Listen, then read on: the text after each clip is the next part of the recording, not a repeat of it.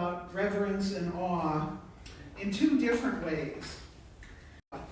And he had just published a book titled Reverence, Renewing a Forgotten Virtue. I enjoy rereading that book every few years. A little of what I'm saying is based on that work. And about 5 years later, after thinking about reverence a lot, I became very interested in neuroscience. And particularly, I became interested in how our brains and minds work in connection with ethics. The therapist and researcher Dan Siegel has written and lectured extensively about how our brains and minds develop, and from a perspective he calls interpersonal neurobiology. The idea that our brains and minds develop in interaction with other brains and minds. In particular, Siegel talks about 9 domains of integration that our prefrontal medial cortex makes possible.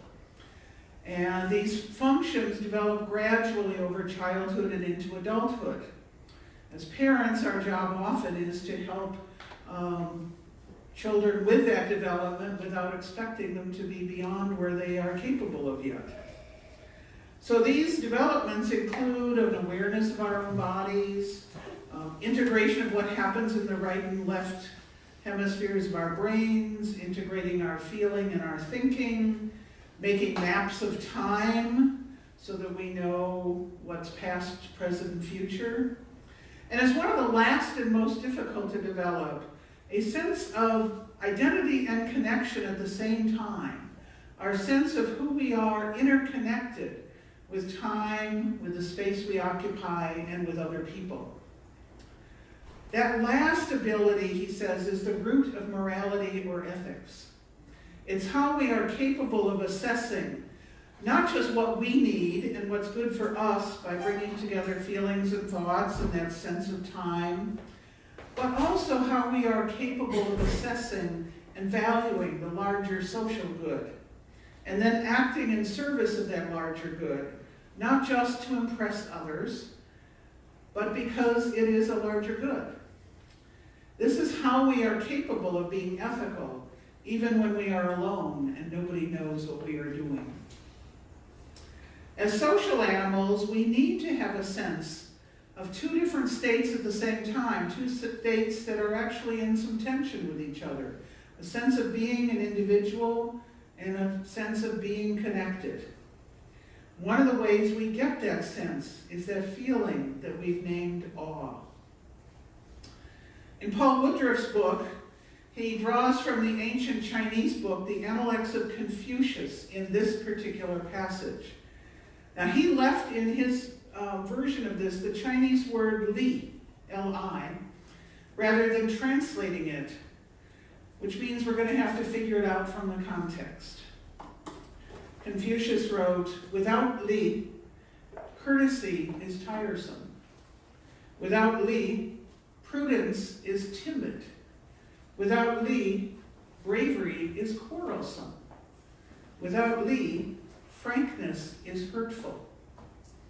So what is this quality, li, which makes politeness something more than just making nice? What makes a willingness to confront an act of caring instead of just an act of belligerence and a display of power?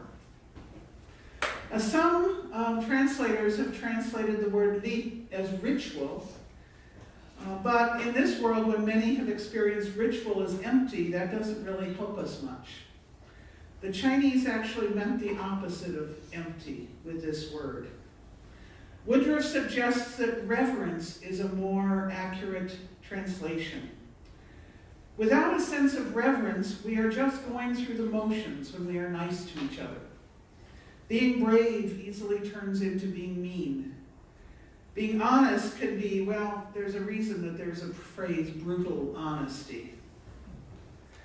Awe is one emotion we may feel in the presence of something larger, more powerful than just ourselves, when we also feel interconnected to that outside force.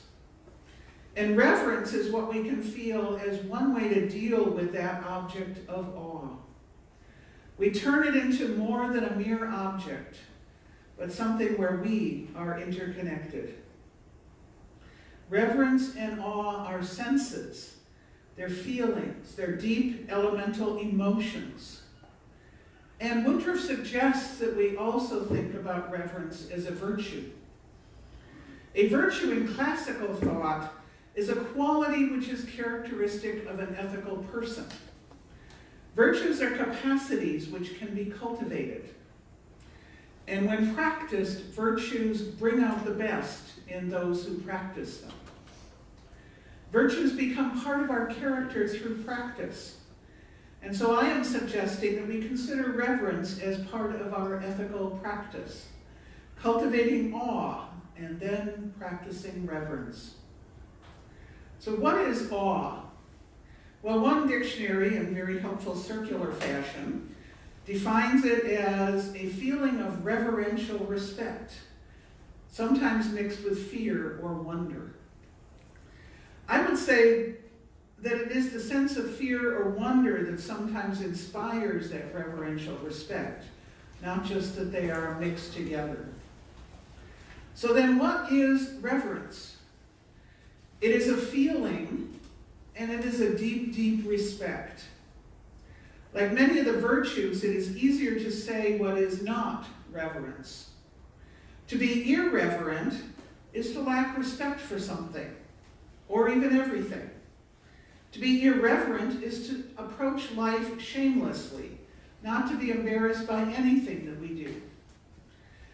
Maybe it's about visiting imprisoned children while wearing a jacket, saying, "I don't care, do you?" To be irreverent is to mock that which is important or powerful.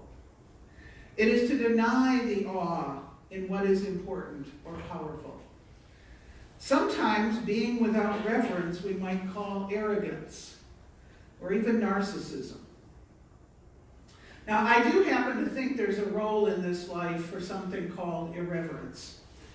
For instance, to mock that which claims absolute truth but is false, to refuse to respect actions which cause pain or are oppressive, to mock that which is arrogant and which aspires to overpower us or others, to lack respect for that which is unjust, to refuse to be ashamed just because we don't live up to the expectations of others.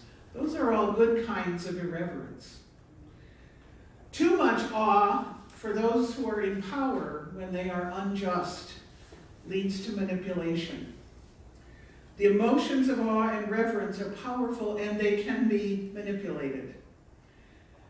We may, for instance, because of our brains being essentially hardwired to experience awe, also tend as human beings sometimes to be in awe of strong, mighty, and arrogant leaders. There are often good reasons for welcoming irreverence, but in each case I would contend it's because the reverence would be false. In each of those cases, there is something to which we are implicitly granting our higher or deeper reverence by being irreverent. For instance, if we refuse to be ashamed when we don't live according to the expectations of others or in accord with some socially defined role, we are actually being reverent of our own capacity to make decisions and choose our own destiny. Conversely, if we do feel ashamed after we hurt other people, it is because we revere the worth in others. If we stand up against the acts of those who use power unjustly, it is because we revere justice and legitimate mutuality of power. If we don't respect some actions of others, it is because an object of legitimate reverence has been violated. If we mock that which is false, it is because we revere that which is true. In two different ancient cultures, Greece at the time of Plato and China at the time of Confucius, reverence was accepted as the most important virtue to keep society properly balanced. Those with authority were properly respected. But more importantly, those with authority were expected to respect those over whom they had power. Those in power did not abuse their power, did not use it beyond the reason for having power, at least in the ideal of that system of reverence. Those in power were to provide a system of justice. The authoritarian or the tyrant abuses such power.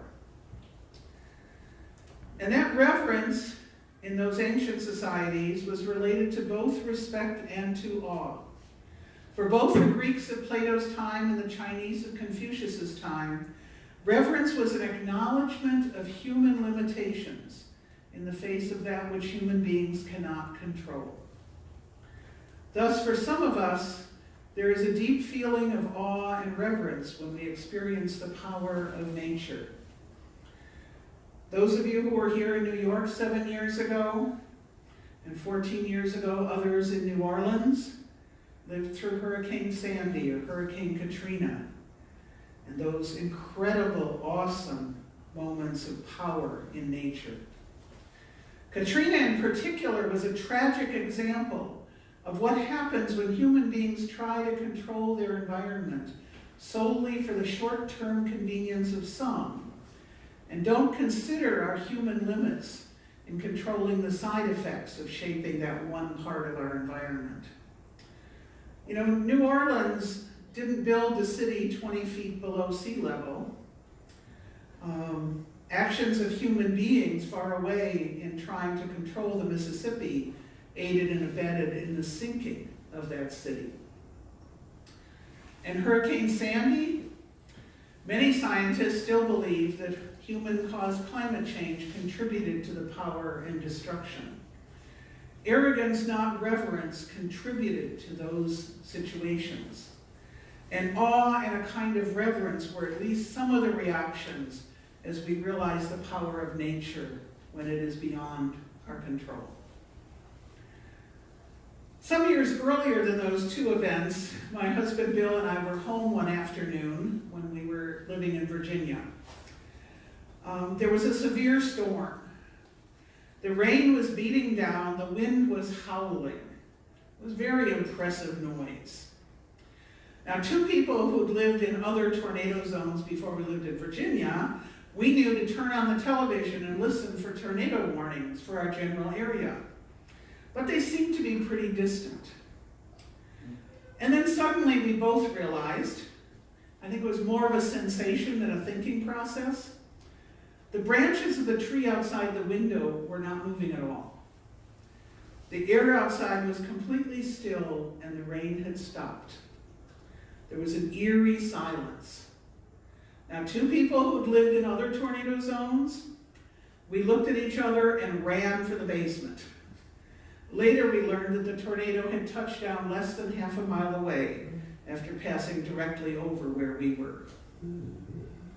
You know, I did feel at the time a sense of deep dread, which is sometimes part of awe.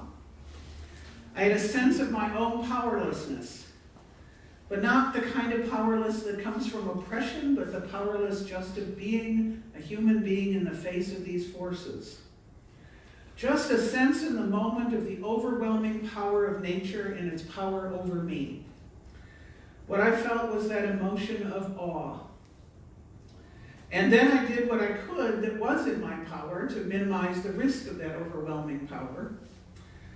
Those moments of deep quiet and stillness in the midst of the storm, I experienced somehow as more powerful, more awesome than the noisy and obvious beating of the wind and the rain.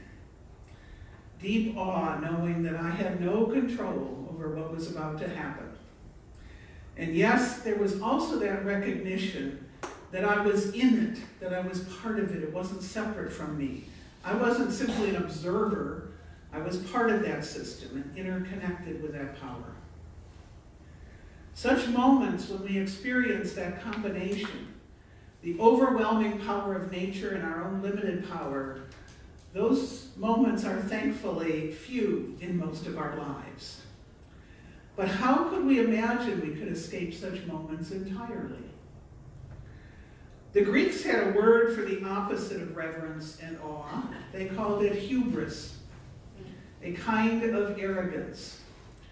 For the Greeks, hubris meant not taking into account the limits on human beings. Hubris meant a person tried to act as if they were a god, instead of acknowledging human limits and acting on that knowledge. Herodotus, a writer in ancient Greece, sometimes called the world's first historian, tells what he understands to be the history of the Greek people, as well as other known people of his time, including Egyptians and Persians. In his volume on history, he tells his tales of great events, but his reason is to provide lessons for what was his and his audience's present. Most of his stories make some kind of variation on one point. Human beings are fated to fail and are fated not to be happy whenever they act out of their proper place in the universe. For him, when people either act like animals, not exercising their sense of social right and wrong, or they act like gods, assuming they are limitless in their powers. In either case, Herodotus shows with his stories, human beings will fail. Hubris, to act as if we are not human beings with frailties and limits. And it's also to abandon our choice-making potential completely. And then I go back to the brain science. Our ability to be ethical is rooted in the ability to be connected to the larger whole of the human community and to consider their good as well as our own. It's a part of the brain that is not as well developed in most other animal species, although dolphins and the other apes are closer to us on that continuum than, say, a snail or a cockroach could ever be. And our ability to feel a sense of connectedness is not only that ability to, in Herodotus' scheme, rise above the other animals, but it's also to feel that sense of connection to the larger whole and to experience our limits in relation to that whole.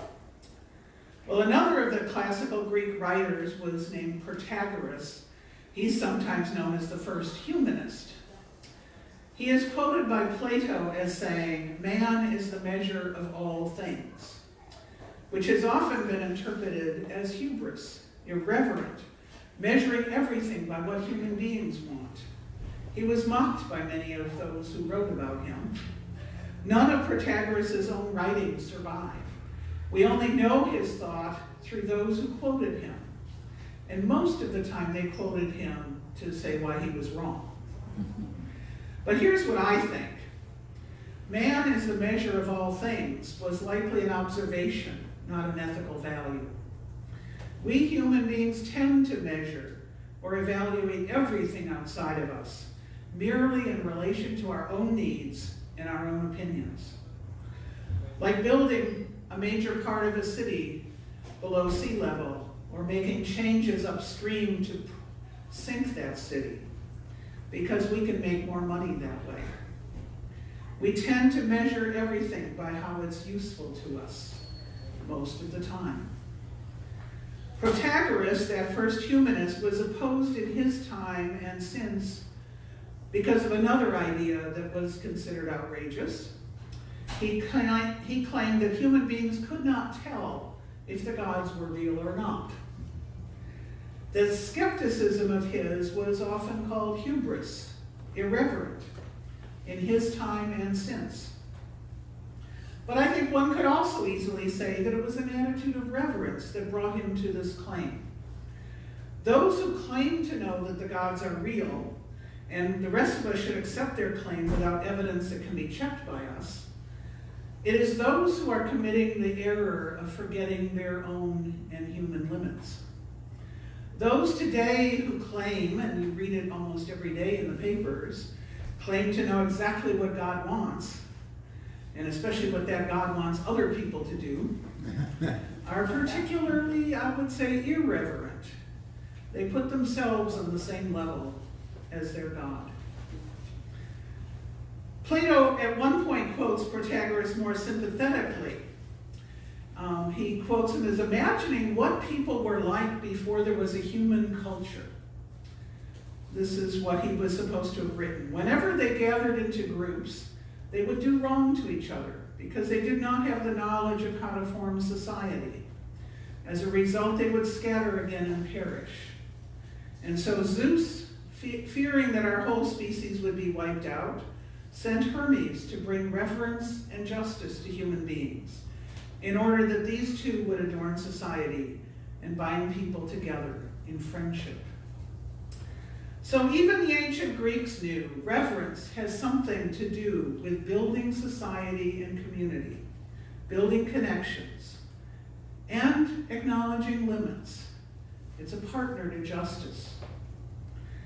And of course, we know from modern neuroscience and evolutionary biology that as soon as human groups were gathering, we already knew how to form society. That story is a wonderful way to look back and try to figure things out. But the fact is that culture had to evolve to take into account larger and larger social groups as we developed more and more complex societies. And we have often been behind in developing the ethics that we needed for the level of society that we have.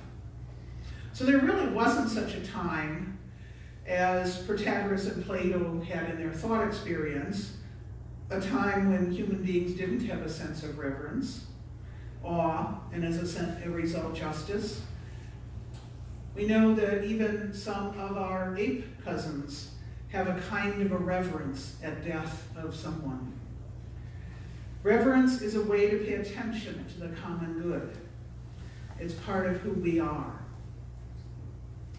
Protagoras, who claimed that we did not know if there are gods or not, nevertheless used Zeus and Hermes in this story as a metaphor.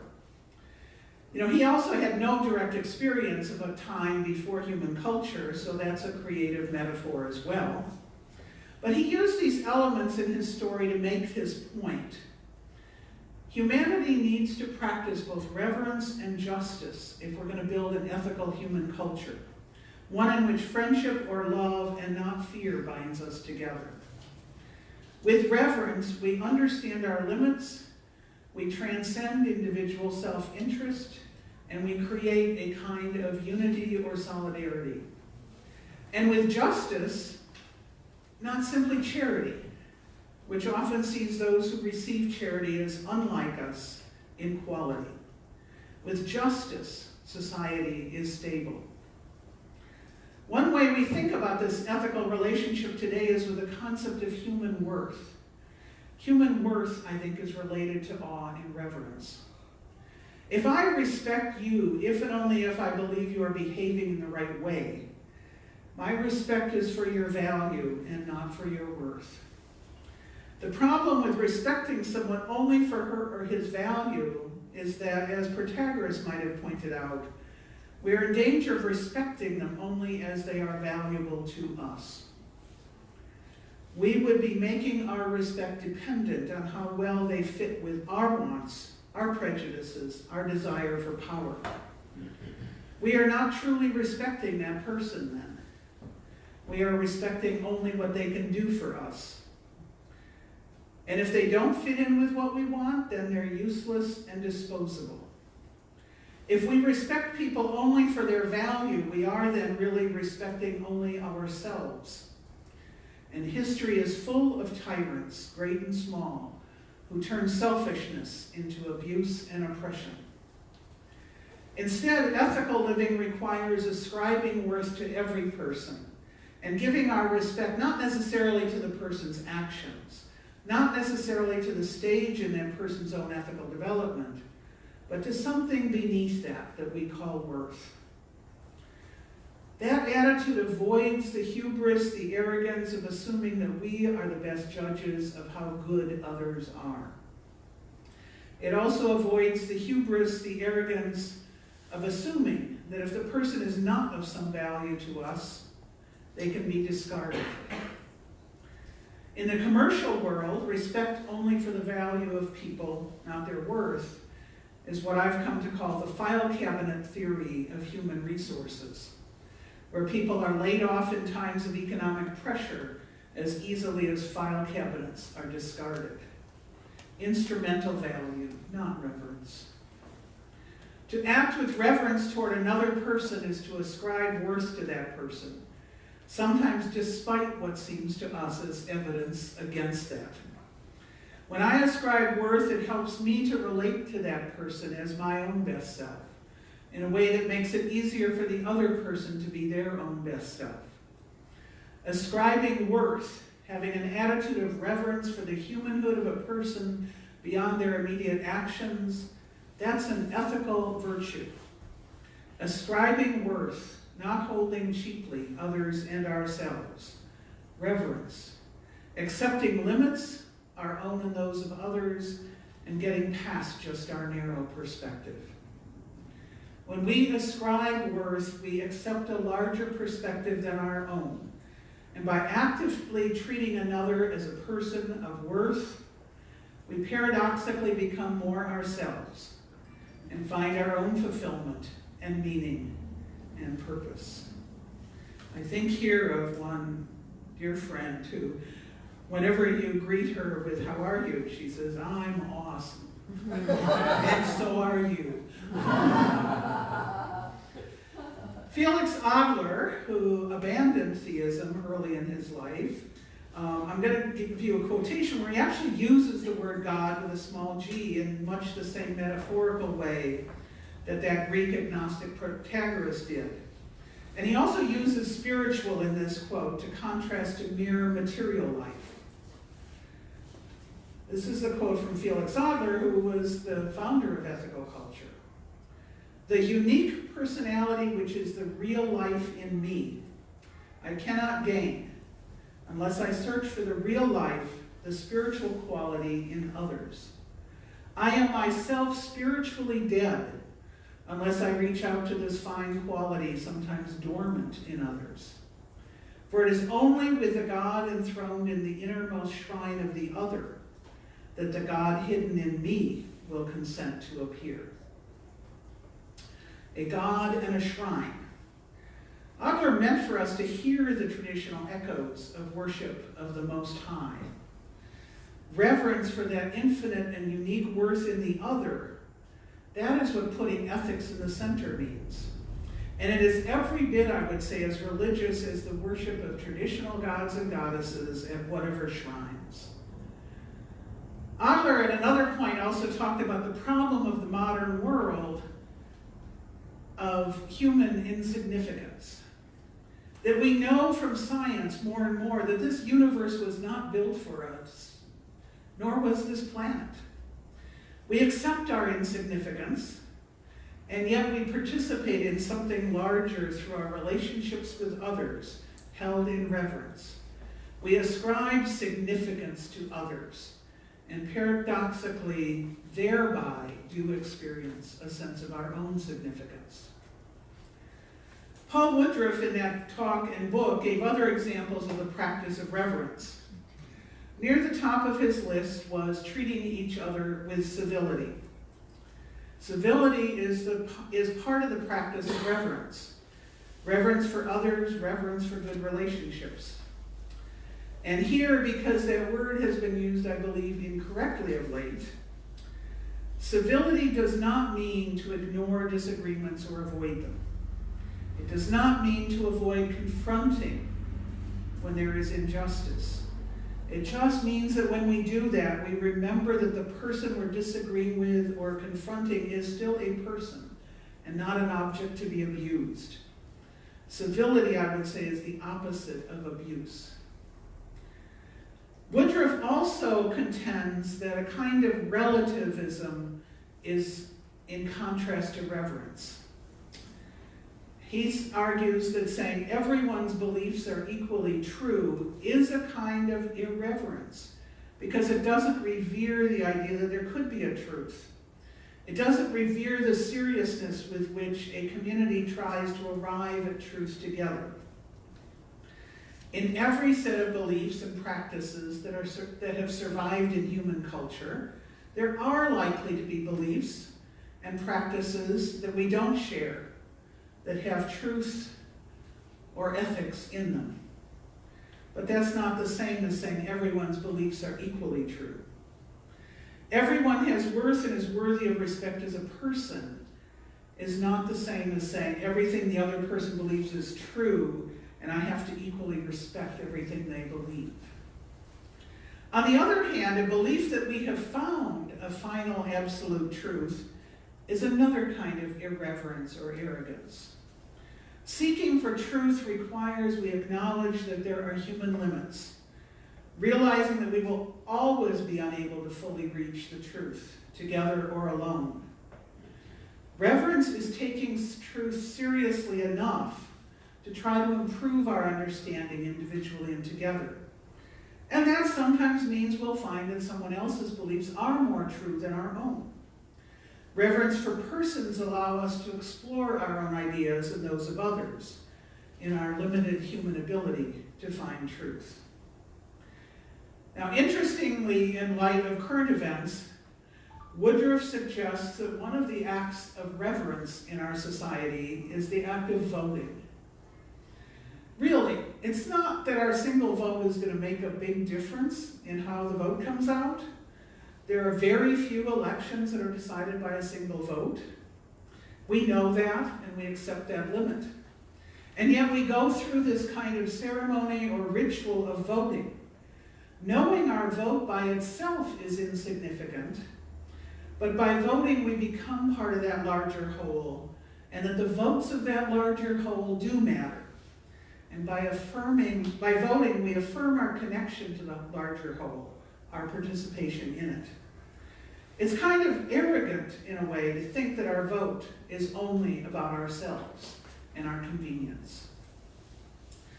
That's also why, and this is Jone speaking and not Paul Woodruff, attempting to block some parts of the population from voting is an act of injustice and arrogance. It is treating those people instrumentally, as a means rather than ends, and not as equal members of that larger community we call Americans. It's like that voter who argued with me in 2016 that people in the 10 most populated cities shouldn't even have their votes counted because they're not like the rest of us. When I hear that they're not really part of us, I hear a kind of irreverence, hubris, arrogance, failure to get beyond narrow self-interest and to connect and participate in the larger whole. Ceremonies and rituals, I know, are sometimes problematic in ethical societies.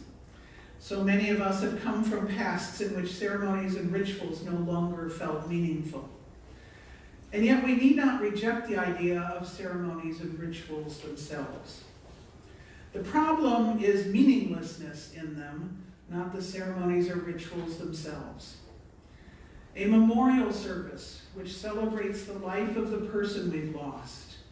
I find memorial services to be deeply reverent, awe-inspiring occasions. A wedding which expresses a reverence for love, and in which each person in the couple expresses their reverence for the best in their partner. That is a ceremony of deep reverence and awe. Rituals which we go through just because they're traditional lose their power and relevance because they've lost that element of awe. With any platform speaker who comes here, our reverence is not really about reverence for the person or what she or he says. Reverence is something bigger. It's about the opportunity we take every week to consider important ideas and feelings beyond what we already know and experience, perhaps to learn something about ourselves. Even sometimes we'll learn it through disagreement with what the speaker says. We have in our platform meetings opportunities for expressing our own ideas, respecting the community, and the idea of civility as we listen to the ideas of others.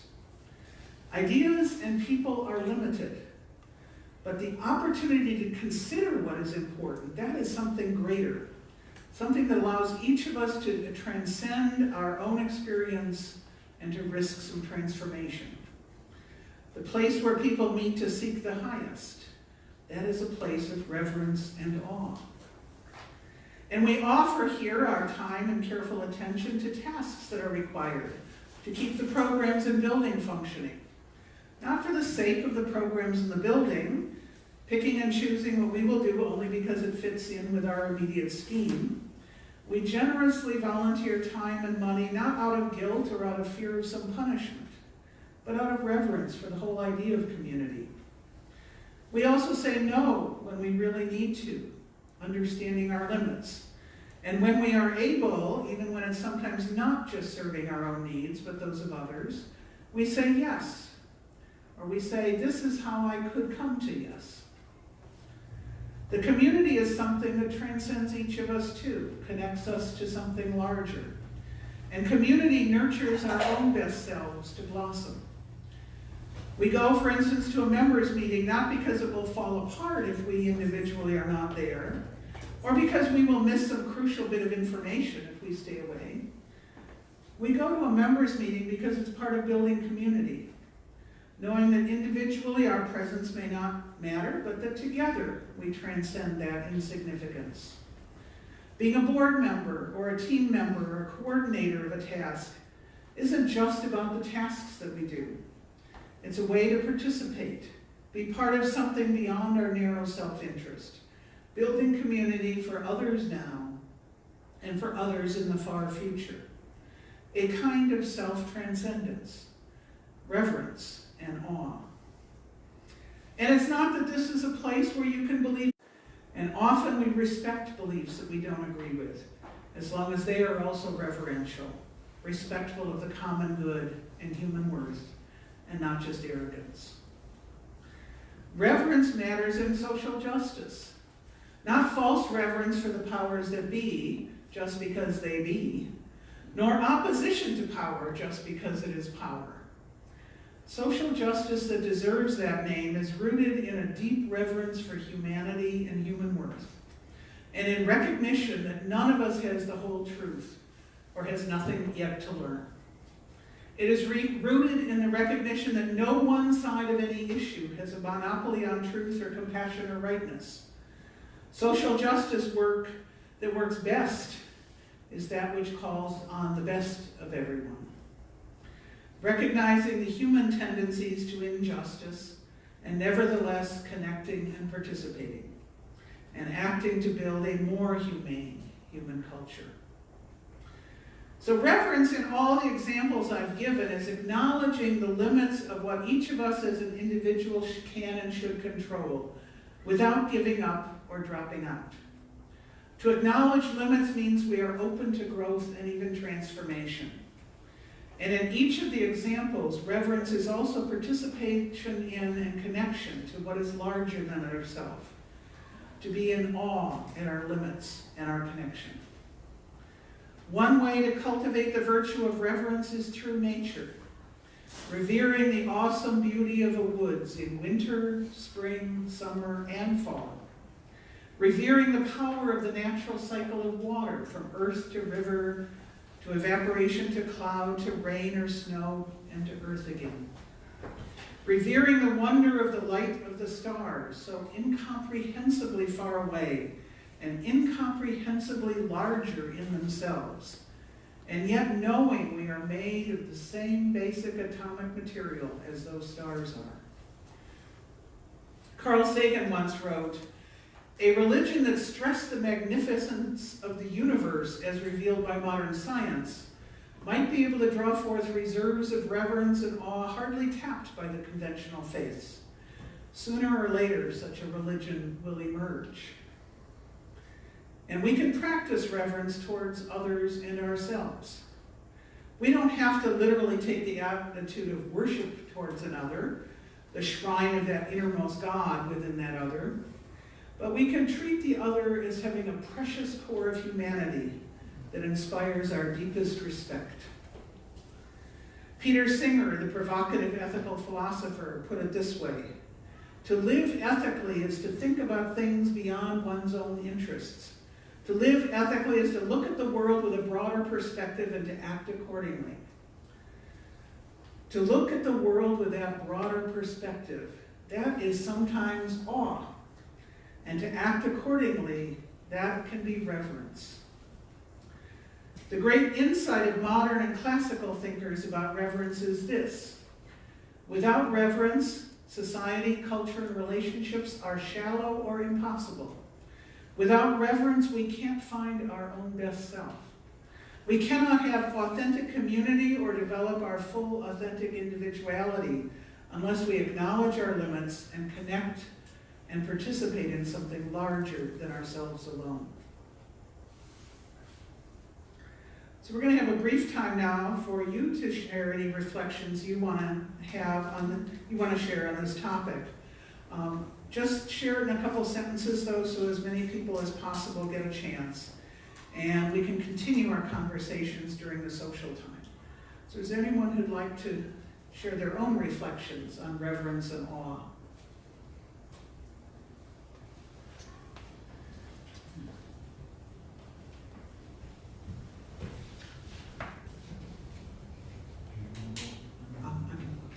You can just talk. Anyone want to share? I'll let you have the mic so you can be heard.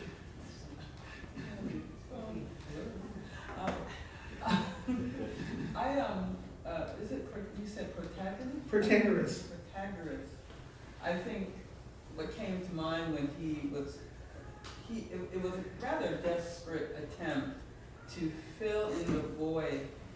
He felt the reverence, but he denied it. He felt the reverence, and he's like, it's too much sun in my face. I'm going to put my own shade to protect myself from the sun that's coming. But it's like that was a form of arrogance to say, it is about me. The human being is the one, without giving reverence to what gave him power. Mm-hmm. Anyone else? Oh, I know you have thoughts.